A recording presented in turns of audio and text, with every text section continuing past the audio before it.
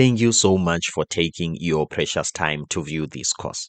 Welcome to the React Advanced Compound Component Composition course. My name is Matthew Msingati, and I bring a unique blend of expertise as both a UX UI designer and a developer from South Africa.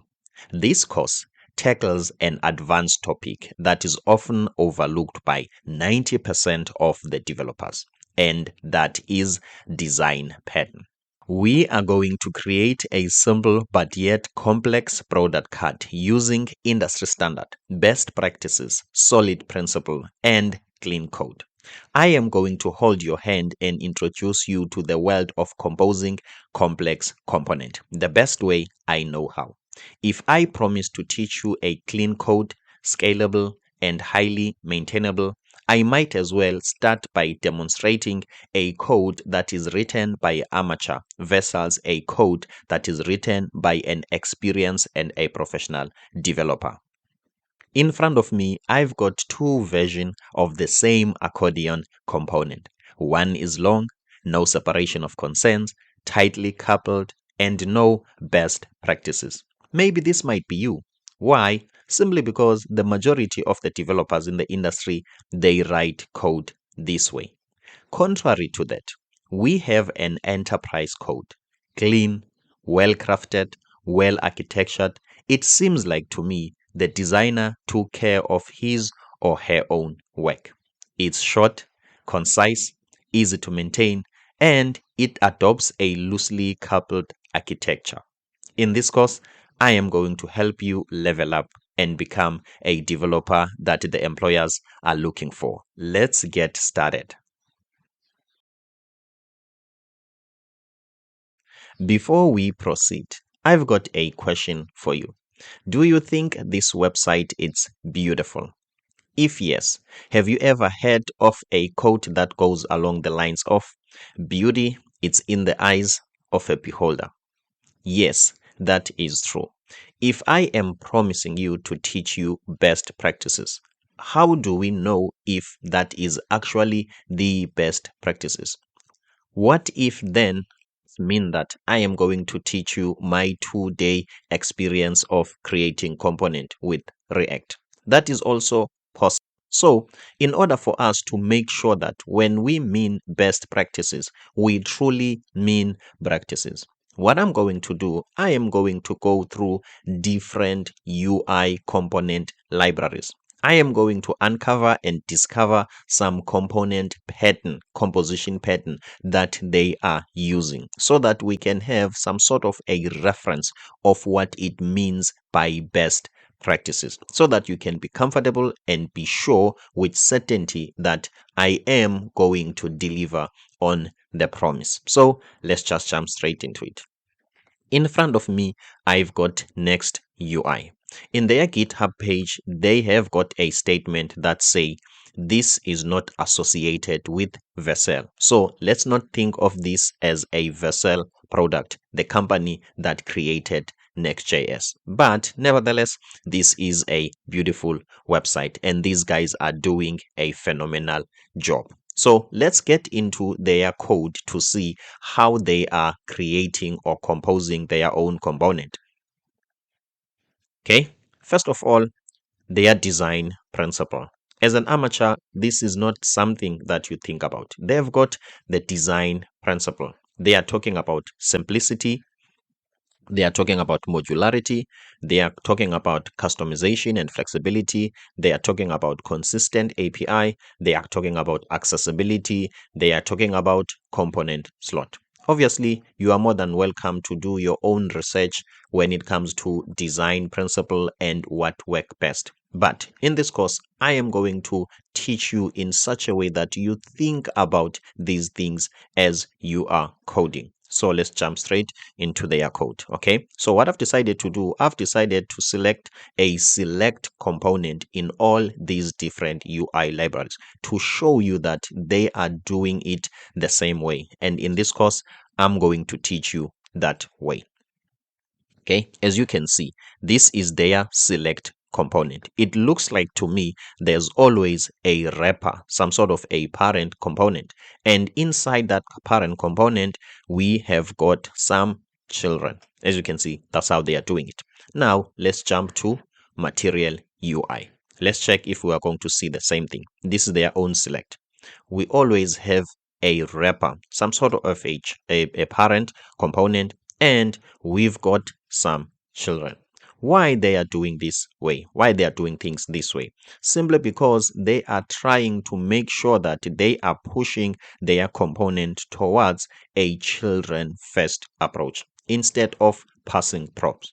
What is the problem of passing props? Passing props might lead to prop drilling in React, and that might cause issues. Let's check another component library. This is ShadCN. Let me just show you. This is their select. Let's see how they have created their own code. Okay, first they are importing from one place. Okay, all of them, they're importing from one file. I am going to teach you to think this way as well. As you can see, this is the wrapper, some sort of a select component, and it's wrapping around the children. Okay, so as you can see, these components, they look like they are standalone.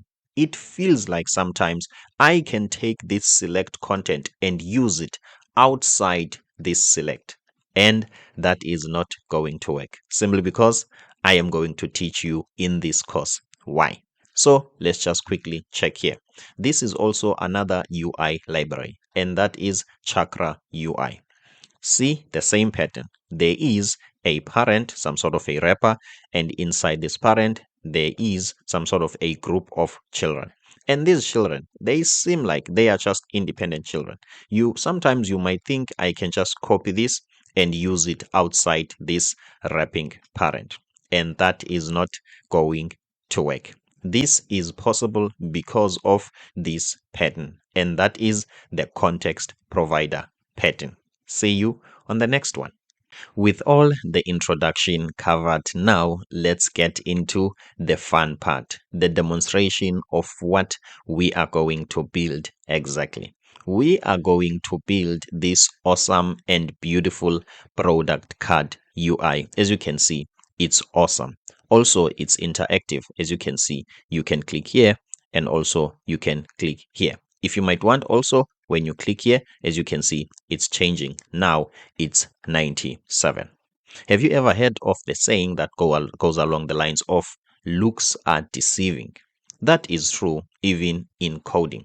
As you can see, these are beautiful components and they look identical, of course, except the images. This is Nike and this is iPhone, but they look identical. Everything is the same.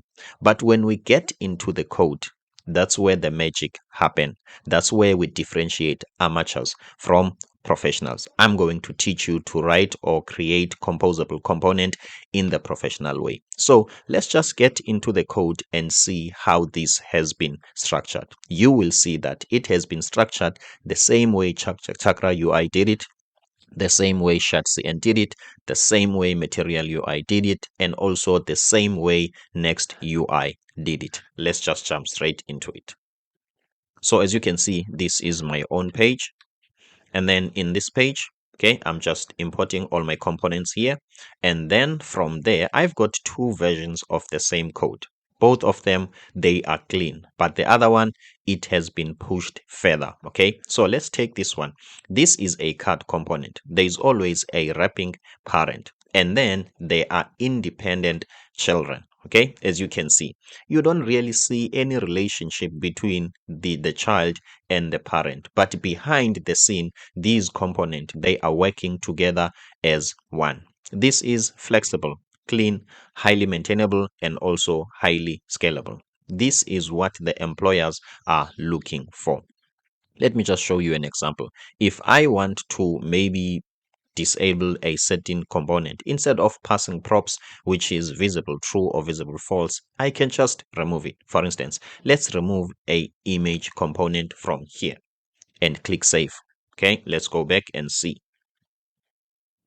Go back here. As you can see, now the image component is gone. Let's do the same thing on the bottom one. As you can see here, here's the image component. Okay, let's go back here and see the image component is gone. As you can see, nothing is breaking. This is clean, easy to understand. Somebody else might come and do exactly what we want to do. What if maybe we want to arrange components? Let's go to the bottom one.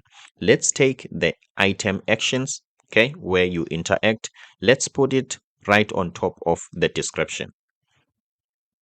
Let's just click save and let's go to our browser and let's check. So as you can see, now this part is here and it's not here. Now let's talk about the code. So as you can see, guys, here I have implemented the compound component pattern. This is beautiful, clean, and I'm going to teach you to write code this way. So as you can see, there are many levels to it. As a beginner, I'm going to take you from step 1 up until you become a pro. Maybe at this point in time, you are not in this level. This is level 2, and this is the last one, which is level 3. Maybe you are somewhat here on level 1. On level 1, this is where you write everything in one module, and you've got some styles and you've got some JavaScript logic. As you can see, guys, the more you write complex component, this is not scalable and this is not maintainable.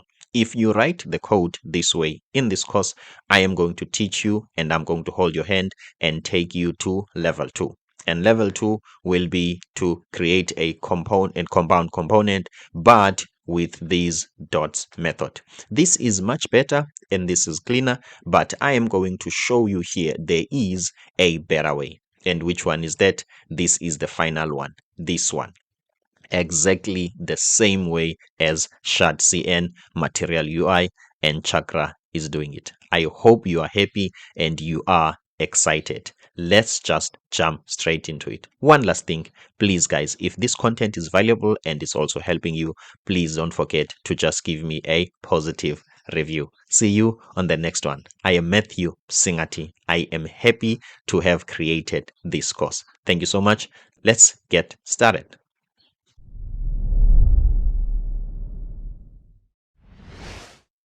The first thing that we need to do is to understand the design, assuming that the design is coming from a different person and you are a developer and you've been handed this to create. In this case, I was the one who was creating or designing this awesome UI. In case you didn't know, I am Matthew, the designer and developer from South Africa. I call myself the hybrid. I've got huge experience in design and development. So instead of you analyzing, I am going to tell you what I was thinking when I was creating these two versions of the card so that we can get the context. But in real life, should you be confused about a design, please contact the designer and ask them, what is this? What do you mean by this? Can I change this? Can I change that? Some time ago, I wanted to create my own component library like ShadCN, maybe Material UI, and others. But that project didn't pick up. Let me just say it failed. However, I had some designs that I kept when I was trying to conceptualize the whole component library. And these, it's some sort of two from that collection. In case you might want a Figma file, please check it in the asset in this file, or I will just paste a link in the description. So what is going on here? Based on the look of this UI, you can somewhat have an idea of where this component live. This component is part of a shopping website. Okay, let's say we've got a shopping website and this is a card item or an item card. So what do I mean by that? This is a product that we are selling. And based on this icon, you can see this symbolizes a price tag. So this tells you that this is 350. By the way, I'm based in South Africa. This R stands for South African rand. Feel free to modify it and change it according to your own currency. So as you can see, this is the price. Okay, so here this is more like a small description or information that you are going to present to the customer. You never know when it comes to shopping applications, there is a lot going on. There is 50% off sale, there is a peak season, there is a lot of things. So this just represent that. Okay, so please ignore this 20% interest. Okay, it might be 20% interest, if I can be honest, because based on a shopping application that I'm using here from South Africa, you can even some sort of buy things on credit and then you will pay a certain interest. So this might apply as is. So as you can see here, this is the description of the item description. So this item, you can edit to cart, you can like if you want to, and as you can see here, you can increase the quantity or you can decrease it. Okay, so one of the things that I see here, okay, which might be misleading, even though I'm the one who was designing this, remember I said I was giving myself a picture of a card component without the context. Okay, so that's why you might see some things which don't really, what can I say, fit the ideal purpose. For instance, like interest. Maybe the word 20% interest, you are used to it when it comes to banks and money. So please bear with me and understand that I was going to create a library here. So the context wasn't that much important, because once in your own thinking you infuse the context, that means your components are not going to be reusable, meaning that they will always carry with them the financial context or the shopping cart context or the accounting context. So one of the things that I'm noticing now in terms of experience, let's talk about this quantity. Okay, as you can see, this quantity is plus plus plus minus minus minus. Let's say I've got 6 here. As a user, if I see one pair, okay, or if I see one shoe, okay, let's say the left or the right one, I have an idea of if I am clicking 6 here, I'm going to get 6 of these. Okay, obviously somebody might be like, no, shoes comes in pairs. I understand that, but if you want to provide the best user experience, please make sure that you visually represent that. Okay, visually represent it. So I was supposed here, if I was context conscious, I was supposed to have put at least 2 shoes or a pair, so that you can have an idea that you are not going to get 6, you are going to get 12, double that. Okay, so these are the things that maybe as a developer, if you've got some insight as to what needs to be changed, you can talk to the designer and say, what if maybe we can put a pair of shoes here? So that is the reason for this lesson. So as you can see, guys, this is a kite item or a shopping item. Okay, anything can go here as an item. So once you click add to cart, okay, this will, let's say, transform to this one. Okay, so as you can see, guys, this is somewhat the same as this one, but this is somewhat a slightly different version. Okay, so when you click here and add this to cart, so in your cart list, this will be there. This means that you've got these 6 items that you have chosen here, and now here are they. Okay, let's say you've got other items that you have chosen, then obviously they will form a list here. There will be another card which is like this one. So now I hope you are starting to get the context, because it is very important. Okay, it will help you to design the best UI and also a reusable one, and at the same time you are going to create compound components that are very easy to understand, to modify, and to maintain. So let's continue. So when you click here, you will get this, okay, in your cart item. Obviously, you know that anything that is in the cart, you can remove it from the cart, and then obviously in the overall application, the sum total will change. Okay, so you can click here to remove it, or you can even increase or decrease the quantity. That is all for this lesson. See you on the next one.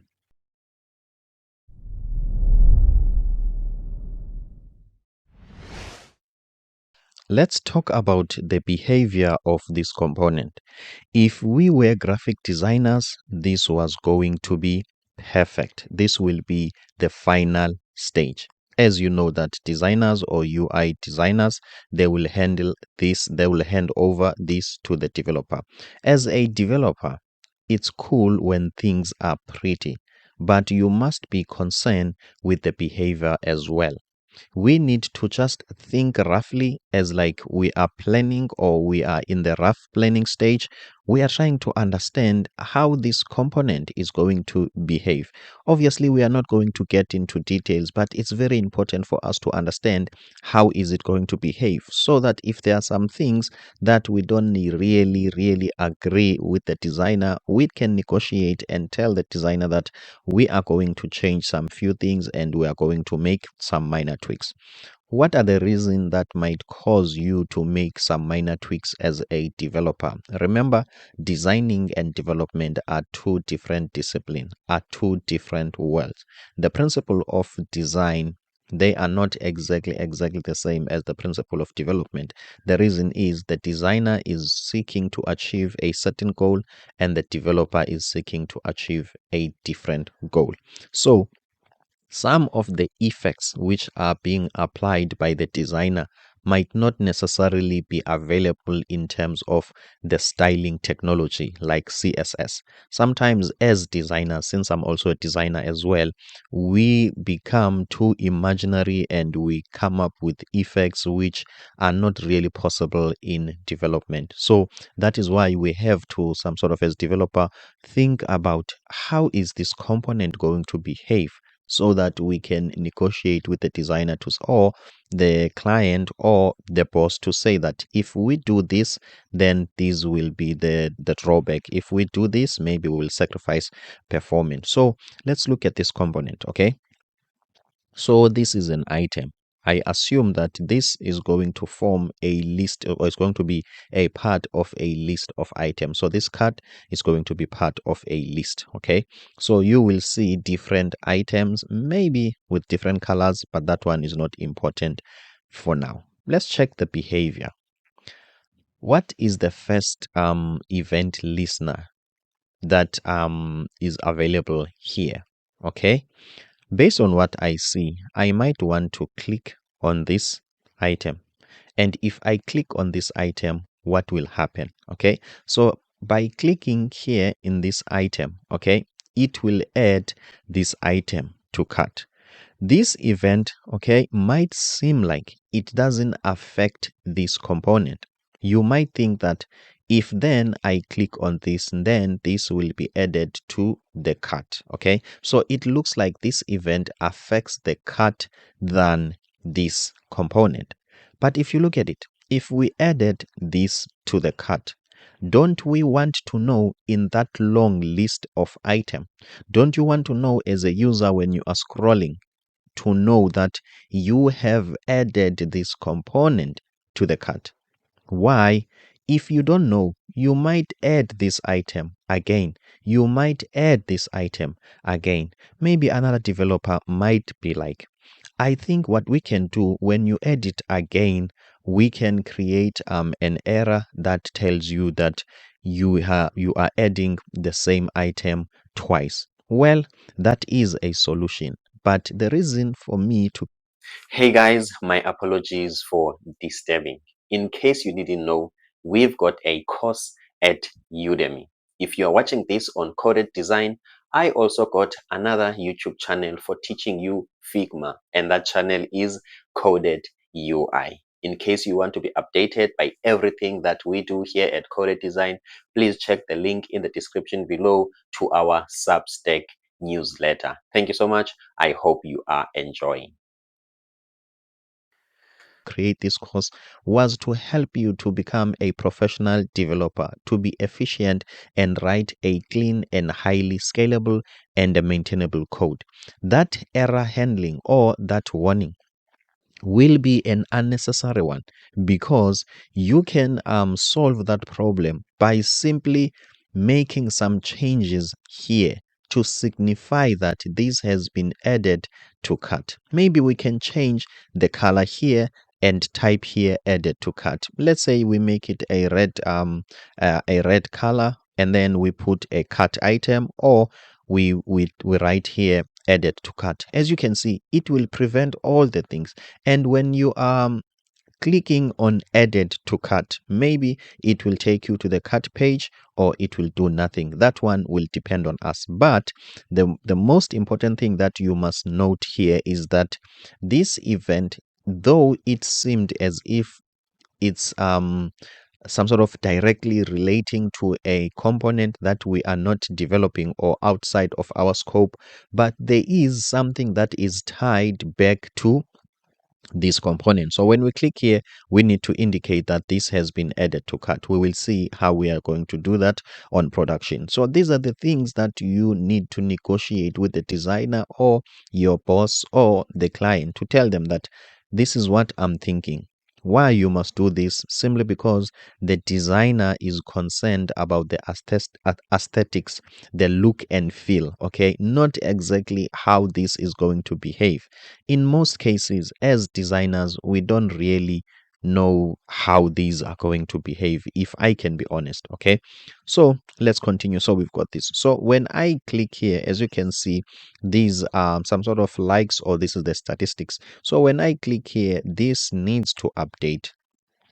It needs to send an information to the back end that somebody liked this or somebody loves this. So this event is tied to an action, okay? Maybe updating the stats in the back end, okay? So let's check here.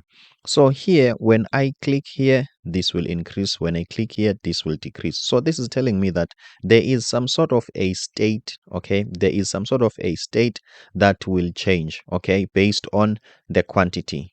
Okay, so as you can see, now the other thing that I'm asking myself is that when we are done with all of that, what happens? Okay, as much as we can say this is a component, okay, this component has got data, okay, data flows in and out of the component, okay, so meaning that this is data, okay, maybe from the database, this is data, this is data, this is data, this is data. What's the overall mission of this data? Why it's here? Some of it's here to communicate with the user, to tell you about the price and everything so that it can show you the item. But when we are done, where are we taking this data? When we click here, as you can see, we need to have some sort of a variable, okay, which will be used, okay, by this component. As you can see, which will be used by this component. This component is going to be in a different page, let's say, but still it must be fed with the same data, okay. Obviously at this point in time, we're not going to think hard about it, but we are just roughly doing that 10% mental planning to see, are there any other things maybe that might lead us to having to change the user interface. If that is possible, then we need to communicate that upfront. Maybe in terms of being a professional in any industry, what does that mean? To look for things that might be a problem. That is being a professional, and it means that you are trying to manage expectation. Imagine speaking to a client and you agree with them on this UI, and then in your execution you come up with something different simply because Tailwind CSS or CSS as a technology is not capable of doing that. That means you didn't manage as a professional, you didn't manage the expectation. So you must be able to manage the expectation. I would like to close with this one with Murphy's Law. If anything can go wrong, it will go wrong. What does that mean? Think in such a way that you minimize everything that might go wrong. See you on the next one.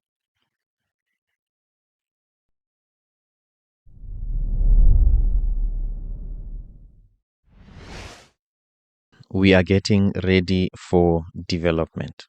There are some things that we need to get, that we need to organize before we go to development. Maybe you might be like me, a designer and a developer. Even though you are a designer and a developer, that doesn't mean you need to be inefficient. You need to go back and forth into the Figma file for one and the same thing. Just like in any other discipline, like a doctor, you need to have all your tools ready before you start working. I think that speaks much to productivity. So the same thing applies here. We need to gather some asset that will help us in the development phase when we are on Visual Studio Code or any other code editor. This doesn't mean that once we go to the code editor, we will never come back to this document. But I'm saying we need to do some preparation. In that preparation, we need to make some certain decision which will make the development easier. With that being said, let's talk about assets that we are going to prepare. I have two categories of asset. Please bear in mind these are just the words that I have created. Maybe they might not be meaningful and please use them wisely, okay, or with caution because some other people might not understand it. I call these two type of asset tangible and intangible. What are tangible assets? Tangible assets are things like images, okay? An image, it's something that you can take and export and use it in a build and use it on your own application, okay, and import it and use it as something that will make it to the final build in a way that is noticeable. Then I call those tangible assets. Okay, these are images, JPEG, PNGs. Sometimes if maybe there is a PDF that you need to take it to your application, that will fall under the category of tangible asset. These SVGs, okay, in case maybe this icon is so unique such that you cannot find it in any icon library in development, then you will need to save it as an asset, and then I call this a tangible asset. However, as much as those are the things that you can see and they are easy to notice, there are some assets that are not easy to notice. As I've told you that I am a graphic designer, I happen to have branding experience as well. Whatever that we do, we are trying to communicate a message, okay? It's either a certain company has asked us to create an application for them. They have got an identity system. They have got a logo, and the logo comes with some identity colors. Okay, now if we talk about branding, those are intangible, or I call them intangible assets. These are very crucial, these are very, very important asset because they can make or break the brand. Imagine if on Google you can change all those colors maybe to pink, yellow, blue, white, red. You would have taken a huge amount of value from Google to the drain. So these are sensitive and most important assets. Okay, so that means that we need to prepare some images, and at the same time, there are those intangible assets. Now, for now, I can only say the colors. So I'm assuming that these colors or this color scheme, okay, it's coming from the identity of the brand. So with that being said, let's get into it. So what I'm going to do here, I'm just going to double click this and double click it until it's highlighted, and then I'm going to come here on export, and then I don't like PNGs. I only use PNGs when I have an image that has got transparency and it needs to take that transparency to production. Then I will use PNGs. But for this one, I will just use a JPG, and then I am going to click export here. So that has been exported. So when we want to use it, we know that we've got this image and it's exactly in this. Hey guys, my apologies for disturbing. In case you didn't know, we've got a course at Udemy. If you're watching this on Coded Design, I also got another YouTube channel for teaching you Figma, and that channel is Coded UI. In case you want to be updated by everything that we do here at Coded Design, please check the link in the description below to our Substack newsletter. Thank you so much. I hope you are enjoying. Size, okay, this image and this one, it's the same thing.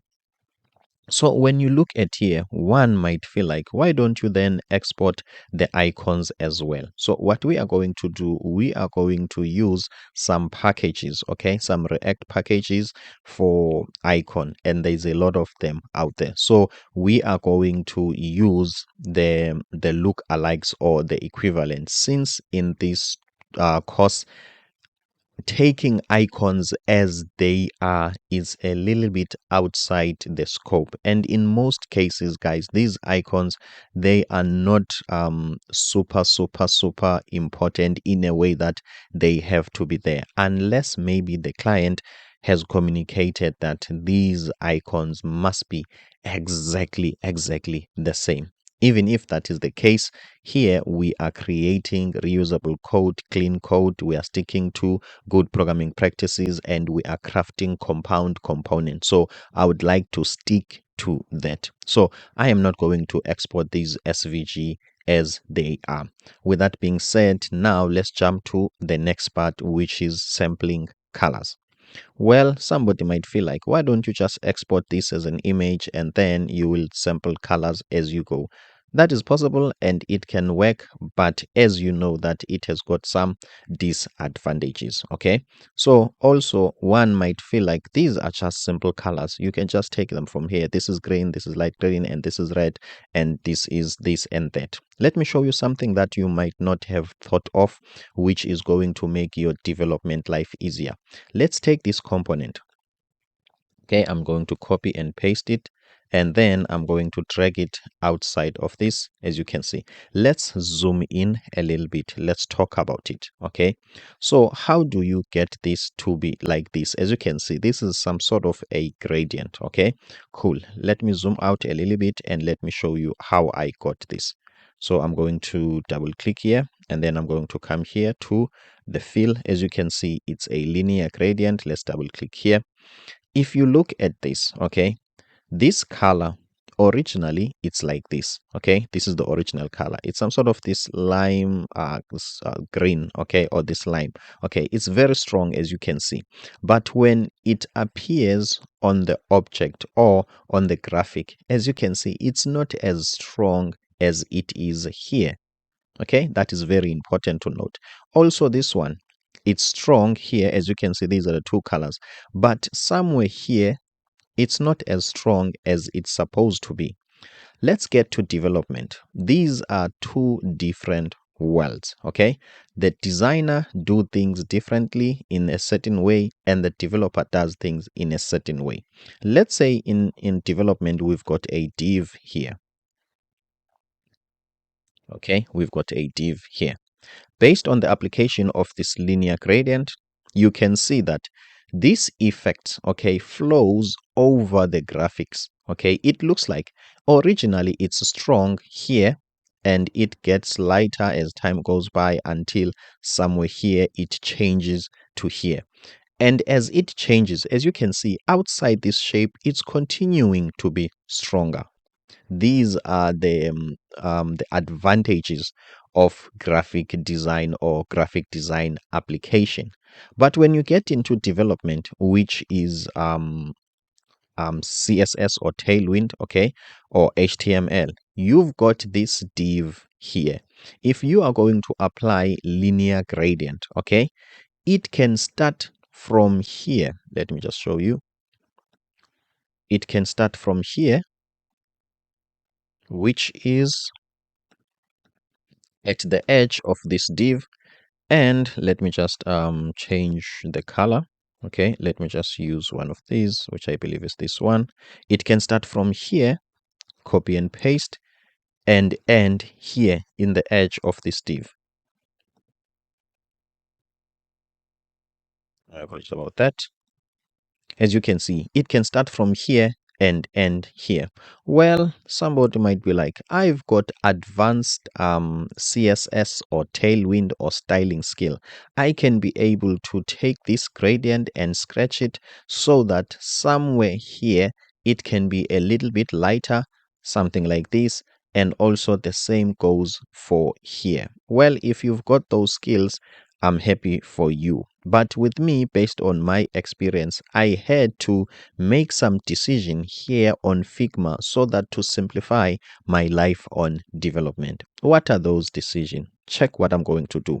So what I'm going to do now, instead of having these strong colors, okay, these strong colors that on development I have to keep on adjusting and using advanced CSS skills and tricks so that I can get this effect. So what I will do instead, I will have my starting color not as this one, which is my new starting color, which is going to start here.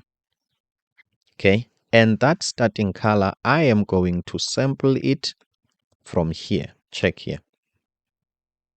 Now my starting color is going to be this strong green. Okay, if we click here and sample this green, okay, this green and this one might not be the same. This one is a lot stronger and this one is not a lot stronger. It makes sense because based on this green is strong here, but here it's becoming a mix, it's becoming diluted until somewhere here it's 100%. It has changed, okay? It has changed at all. It's no longer this green. So this will serve as my starting color, as you can see. And then let's copy and paste the same shape and move it up a little bit. And what I'm going to do, I am going to sample my ending color here. As you can see, now instead of having this color and this one, I have this one and this one. So in development, I am not going to waste time using some advanced Tailwind CSS gradient skills to get this to look like this. I know that when I am in development, this is what I'm going to do, okay? I am going to have a radial effect, sorry, a linear gradient effect, something like this. Let me just quickly show you. Okay, linear gradient. And in terms of the starting color, this one, as you can see, this one, I am going to use this color. And then in terms of ending color, this one, I am going to use this color instead. Okay, as you can see, this has achieved somewhat a similar effect. And then let's go here and then we can just make some adjustment, something like this.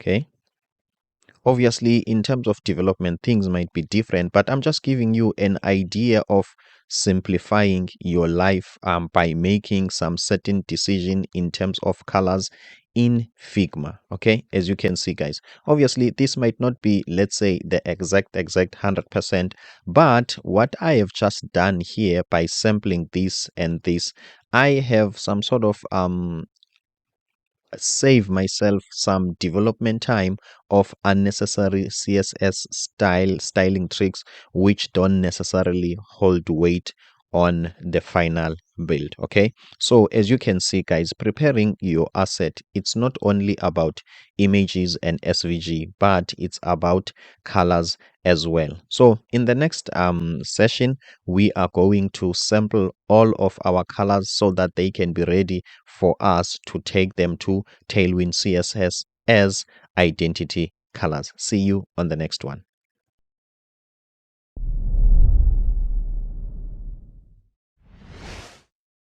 Now let's prepare our colors. As you know that the universe in itself is a system. It's a very efficient system. So as our thinking and our production and our design, it needs to be a system. So in terms of colors, we've got a color system, or let me just call it a 3-color system. Obviously this is not the standard, but it holds true for most basic identities. Okay, we've got a primary color, a secondary color, and a tertiary color. Some of the identities, they've got primary and secondary. So we need to categorize our colors or label them according to that system. It will make our life easier in when we are building the application. So what we are going to do here, I'm just going to take this shape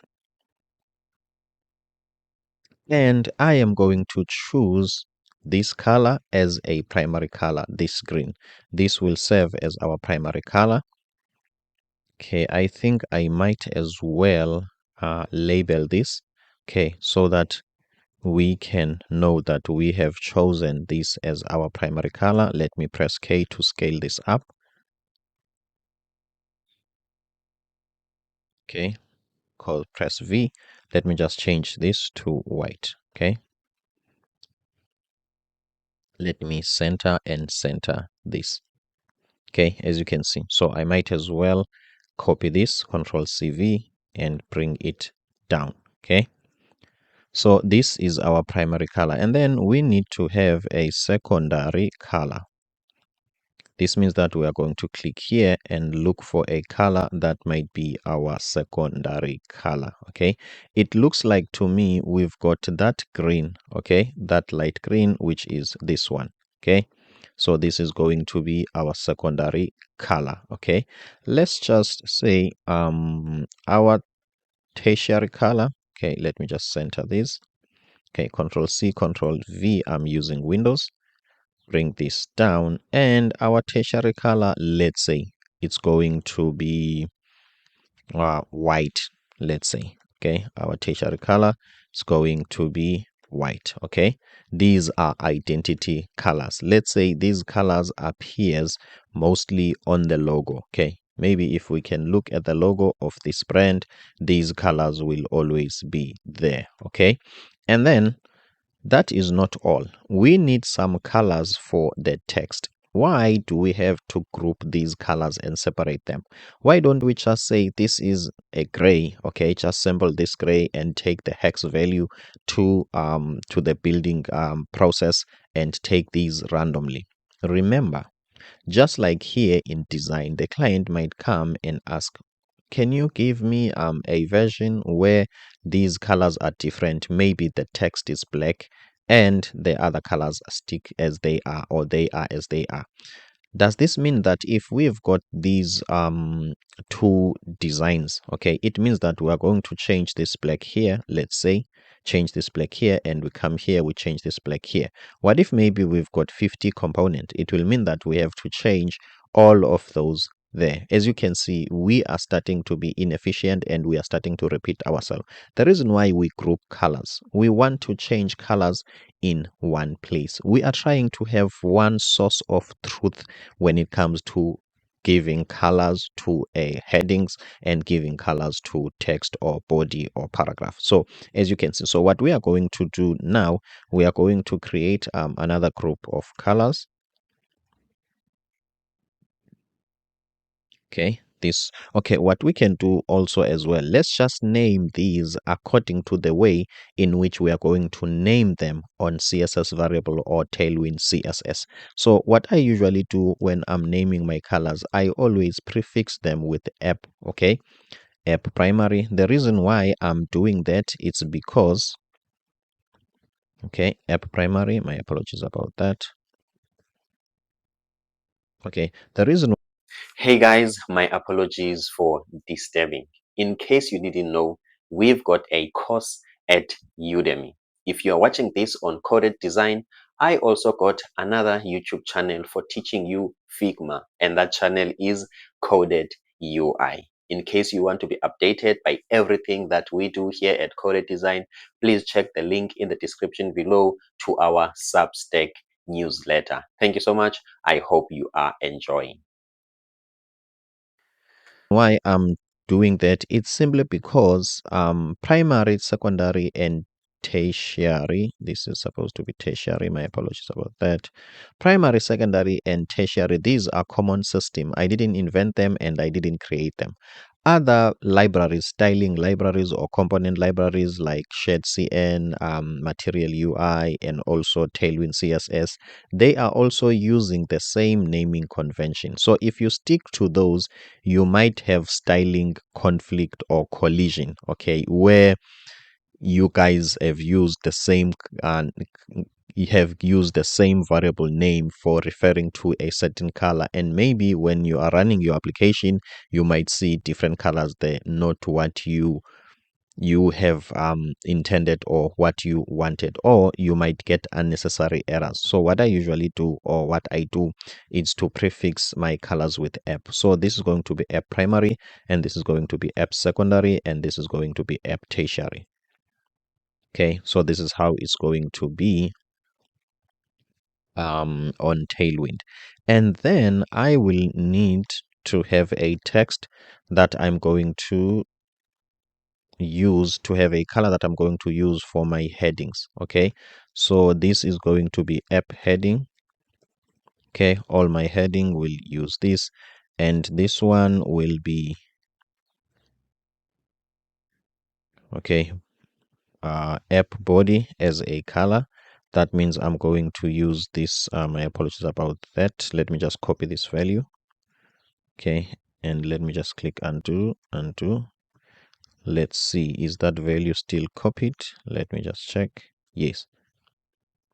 Is this the value? I'm not sure. Okay, it looks different now. Okay, let me just delete this, and let me click this one and change the fill. Okay, so let me sample this color. So this color, I'm going to give it a name of app body. Okay, I'm happy with that.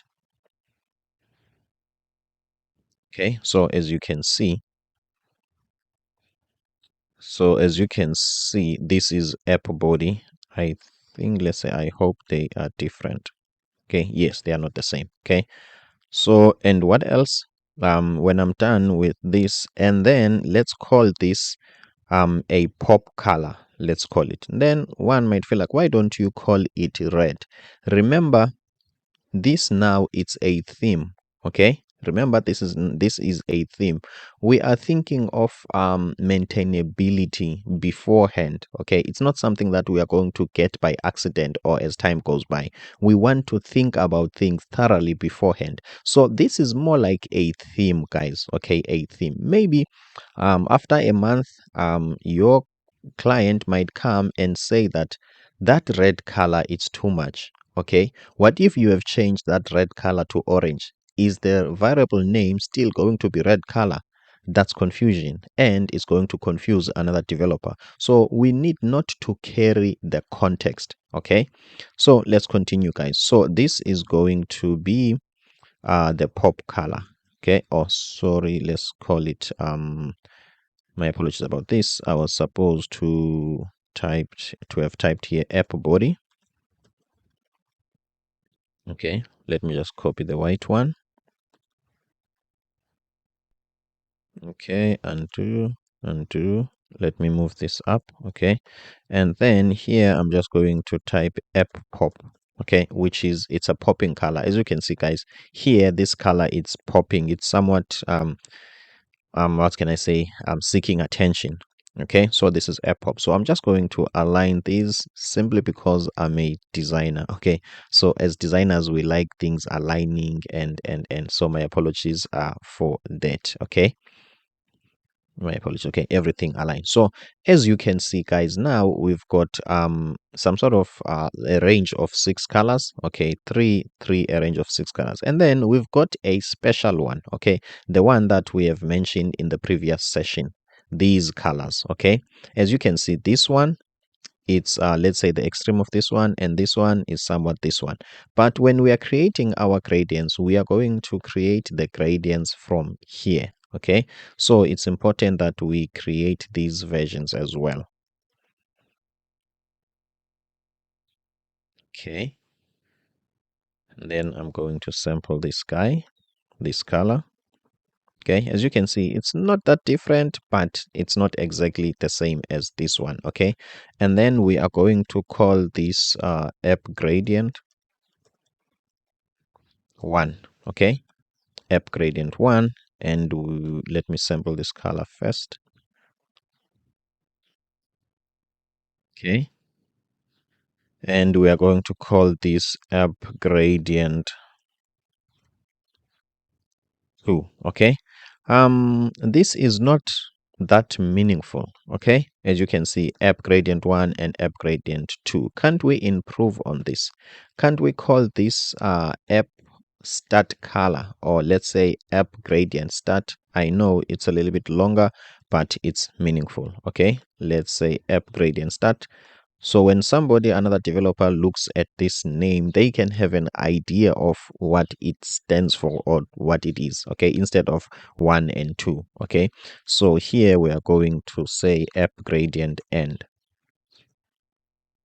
Okay, so you will see the value that we will get out of this work we have done. Okay, it will even help us on Tailwind autocomplete. Okay, autocomplete. So meaning that now when we want to style our component or give colors to our component, we are going to get some suggestions. Okay, so the more you start A or app, it will give you all these options, okay, filtered out from any other options that exist there on the Tailwind system. I am Matthew Msengati. I'm the designer and developer.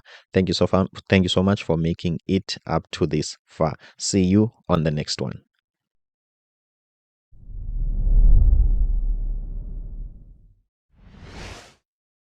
In front of me, I've got Visual Studio Code Editor opened. Feel free to use the code editor of your choice. So what we want to do, step number one, it's very important to know where you are in terms of the folder structure. I am inside a folder called Compound Component. As you can see, I am inside that folder. Feel free to open any folder of your choice and get inside it and make sure that you are there.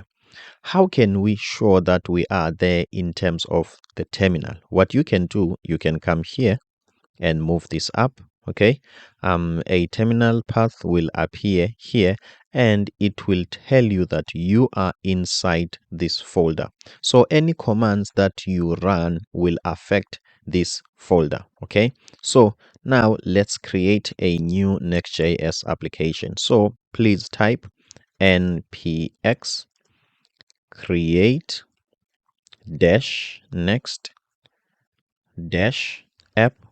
Okay, app with double P. If you want, you can continue and type at latest.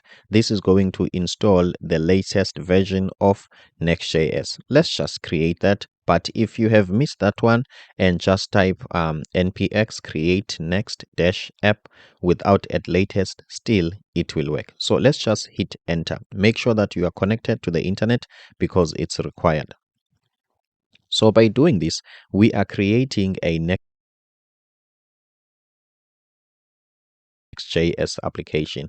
If you might want to know more about these command, let's just quickly go here. You can Google Next.js documentation so that you can go to Next.js documentation. Everything that I will do here, it will also be available here. So you can come here and read their doc. Make sure that here you are on the app router because Next.js used to have the page router. So now currently it's on the app router. So please make sure that this is on the app router. So let's go back to Visual Studio Code and see where we are. Okay, as you can see, guys, this is going to take some time, going to connect to the internet, and it's going to create. Hey guys, my apologies for disturbing. In case you didn't know, we've got a course at Udemy. If you're watching this on Coded Design, I also got another YouTube channel for teaching you Figma, and that channel is Coded UI. In case you want to be updated by everything that we do here at Coded Design, please check the link in the description below to our Substack newsletter. Thank you so much. I hope you are enjoying. Create a Next.js application. Before it do that, it's going to ask us a lot of things, just like this one. It's asking us, what is the name of our application? I'm just going to name our application card component. Okay, I'm going to name our application card component. Please make sure that you don't include capital letters and then hit enter. It's going to ask us, do you want to use Typescript? Yes. So here, guys, if you can click enter, you are good to go. So we're just going to click enter. Tailwind CSS, yes, enter. SRC directory, no, we are not going to do that. App router, yes. Would you like to customize default input? No. Okay, so as you can see, guys, it's continuing. It's going to take its own time. I'm just going to pause the video and I'm going to come back when it's done. Thank you. Okay, guys, I'm back. As you can see, the process is done. So what I'm going to do, I'm going to type a command clear here just to clear everything. So I'm going to bring this down.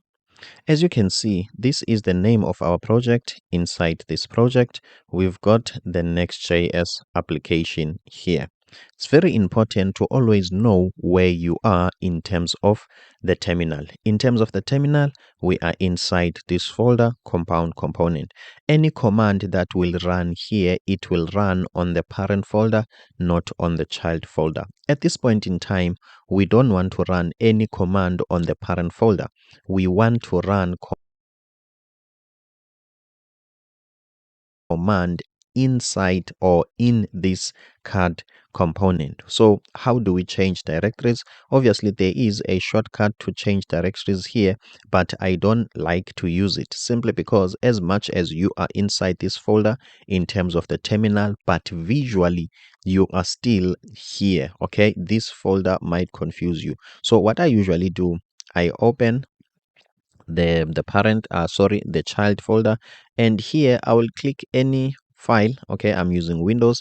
I will reveal in Explorer. The only thing that I want the path, the direct path of my folder. So I will copy this as it is and I will close here. So next I will come here and open a folder and I will paste that directory exactly as it is. As you can see, guys, now this has changed. It's pointing to card folder. This card component. This is what I want, and then I will open this folder.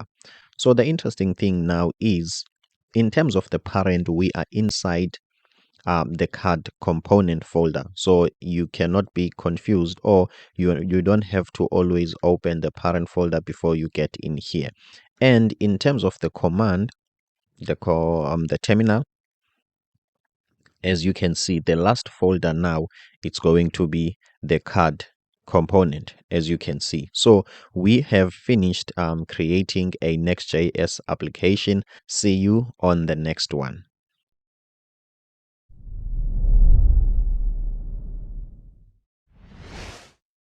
Now let's get into the project cleanup, but before that I am going to mention things that I already have that I am expecting you to have as well, so that whatever that I do you can be able to do. So let's just quickly go to plugins and extension. Here I'm going to type ES7. Okay, there is an extension for creating code snippet. You just type a shortcut and it will give you a boilerplate, and that extension is ES7 React / Redux GraphQL. As you can see, it has got a very long name, so I have already installed that that extension. I think the other important extension, it's a Tailwind's extension, but I don't know the actual name. I think it's Tailwind IntelliSense. Here is it. So as you can see, this helps you to get Tailwind autocomplete, something that I heavily rely on. Okay, so make sure that you've got this Tailwind autocomplete. The other one, I think it comes as a default on on Visual Studio Code, and it's prettier. Okay, but if it doesn't, in case I'm wrong, you can come and install also a prettier code formatter. That is all that I can think of at the moment. Please make sure that you also have these extension if you want to get exactly what I have, or do things exactly the same way as I do. So this is not a Next.js course, so I'm not going to explain much about these. Let's just get into cleaning the project. So with Next.js, you've got this app folder, and the actual page that is going to be loaded, it's this one. Okay, so let's just get in here. What we're going to do here, we're going to press Ctrl A and delete everything. Yes, everything. So we are going to type RFA. See, we are supposed to get an autocomplete here. Let me just delete RAFCE. So my approach is about this. Okay, RAFCE, as you can see. Okay, this is what I want. Okay, as you can. So what makes this possible? It's that extension, the ES7 Redux forward GraphQL with a long name. So this extension make this possible. So as you can see, what we've just created here, we have just created a React functional component, an empty one. So let me just type test here, and then as a good programming practice, I'm going to change my component name into capital letters. Okay, as you can see, my component names are all in capital letters, and even when I'm exporting it. And then from there, what we want to do, we want to save this, and then we want to go to the global styles. Here on the global styles, we want to go to the body. Let's see. Okay, inside the body, Next.js, they've got some certain colors here for background. We are going to delete that. We want our background to be pure white. Okay, then we can save this, and then after that we can run this command. Let me just minimize this, and we can type here npm run dev. Okay, so we are running development. So what will happen here, this will create some sort of a virtual server or an imitation of the server that will run on a certain web address, and that web address, it's local. Hey guys, my apologies for disturbing. In case you didn't know, we've got a course at Udemy. If you are watching this on Coded Design, I also got another YouTube channel for teaching you Figma, and that channel is Coded UI. In case you want to be updated by everything that we do here at Coded Design, please check the link in the description below to our Substack newsletter. Thank you so much. I hope you are enjoying. Host 3000, this one. So what you can do, you can just go to your browser and type localhost 3000. Okay, like this. Or what you can do, you can come here and do as they are instructing, control click. If you want to follow this, control and click. Let's see, am I following it? Control click. As you can see, automatically it opens localhost 3000. So let's wait for it. So I am expecting this to show the test on a page, and that is it. So as we make changes here and save them, let me close this one. So as we make changes here and save them, they will automatically be reflected here in this server.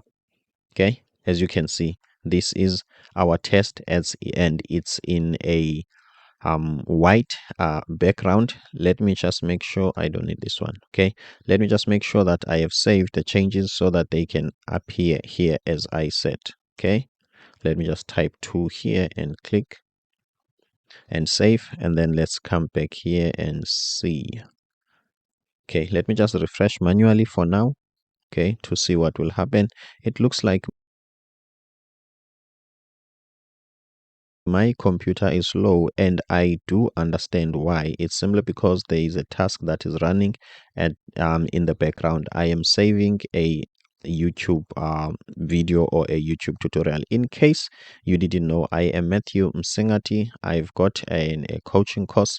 You might click here and give me your name and your surname to get your 1 hour free coaching session. You can ask me anything that you want to ask me. I've got also a YouTube channel which is Coded Design. This is where I teach coding. Okay, as you can see, guys, you can come here and support this channel as well. In case you didn't know, I'm the double-edged sword, the best of both worlds, and I am the hybrid. I'm also a designer as well. So I've got this channel which is Coded UI, where I teach people how to design awesome user interfaces on Figma. So please, guys, if you've got time, you can come and check here as well. So let's go back to here. As you can see, guys, everything has been set up. So thank you so much for making it this far. See you on the next one.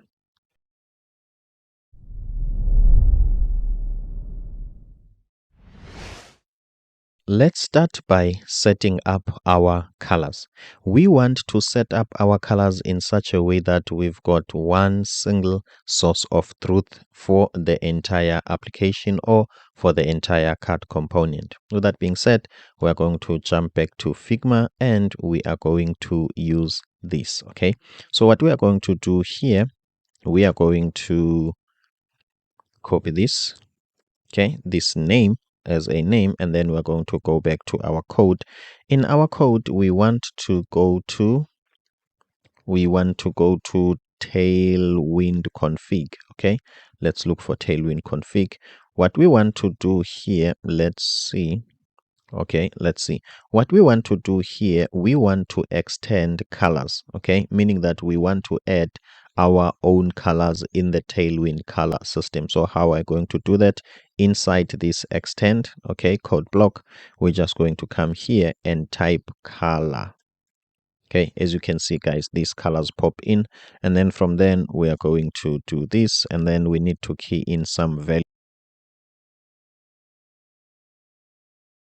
Okay, and then let's put a comma here. Okay, let's put a comma there. And then here, what we want to do, we want to declare our own app primary, and then we are going to give it a string value. So to make my life easier, I'm just going to copy this. Let's say, let me copy it with this comma. I'm going to copy it almost like 6 times. 1, 2, 3, 4, 5, 6. Okay. As you can see, this object will tell me that I cannot have the same name in multiple places, which I understand. I'm going to copy and paste and change this. So what I'm going to do here on app primary, I'm going to come here and then copy this color and then paste it here. Don't forget to put this hashtag sign, okay, this sign. So this is the color, it has been declared. And then what I'm going to do, I'm going to come back here and then go to app secondary, highlight app secondary, and then from then I will copy the color as well. Okay. Okay, so I'm just going to pause the video. I'm going to do all of this so that I can save your time. Okay, guys, I'm back. As you can see, I've just added all the colors accordingly. So all our colors are here. So the last thing we can do, because before we wrap up this session, let's just test our colors and see the convenience of doing things this way. So let's just get in here. And then inside here, what we want to do, we want to give a class name. And the class name, we're going to give it a color, but first let's just give it a width and height. So let's just type here size.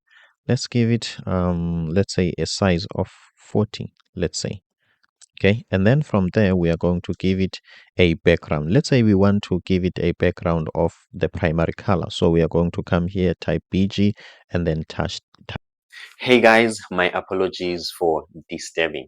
In case you didn't know, we've got a course at Udemy. If you're watching this on Coded Design, I also got another YouTube channel for teaching you Figma, and that channel is Coded UI. In case you want to be updated by everything that we do here at Coded Design, please check the link in the description below to our Substack newsletter. Thank you so much. I hope you are enjoying. Type dash and then let's just type a, okay, and then pp, let's see. Okay, as you can see, guys, here we've got bg app primary. So these are all our colors. Okay, after typing a double p, all our colors will appear here. Okay, so this is the advantage of making sure that your color naming variable has got a prefix. Okay, with me it's just this app. It makes it easier this way. It makes our life easier this way. And then what we want to do, we want to click here primary. So let's just save and see, is this div going to be green? Okay, which is going to be this color. Let's go back here. As you can see, guys, now it's taking this color. Let's just test for the last time. Let's see what if maybe we want to use a different color. Let's see. As you can see, guys, we've got app pop.